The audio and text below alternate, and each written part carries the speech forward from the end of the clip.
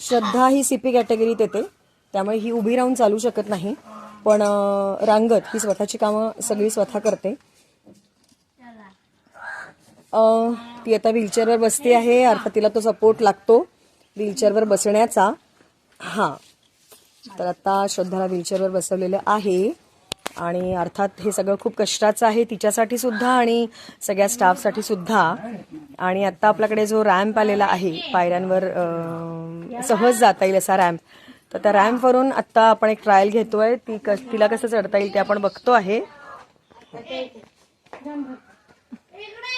हा चला, तर श्रद्धा, हा मामी हे बघ बरोबर, दोन्ही बरोबर आहेत का? थोडंसं जवळ घे मामी, इकडनं पण घे ना. हा हा,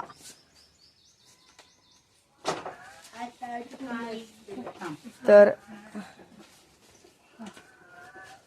या रॅम्पवरून सहज श्रद्धाला चालता आलेलं आहे. कसं वाटलं? मजा येते ना. आणि तसंच तिला मागे पण घेता येणार आहे. हा फोल्डेबल आहे रॅम्प, त्यामुळे हा 8 फुटापर्यंत डिस्टन्स कव्हर करू शकणार आहे. आत्ता तो फोल्ड केलेला आहे, हे डबल आपण त्याला ओपन करू शकणार आहोत, त्यामुळे अगदी इझी वाटलं. कसं वाटलं तू सांग बरं श्रद्धा, तुला कसं वाटलं?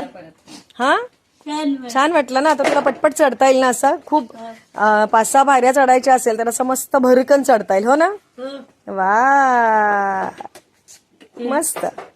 तर हा जो रॅम्प आहे, तर हा या सीपी मुलांसाठी खूपच कम्फर्टेबल आहे. आणि हा जसा फोल्डेबल आहे तसा हा मुव्हेबल पण आहे, म्हणजे हा मूव्ह करता येणार आहे. तिथे 2 हँडल्स आहेत, त्यामुळे ते सुटकेसारखं ते हँडल धरून आपल्याला हवं तसं, म्हणजे आम्हाला गाडीत ठेवून नेता येणार आहे कुठेही.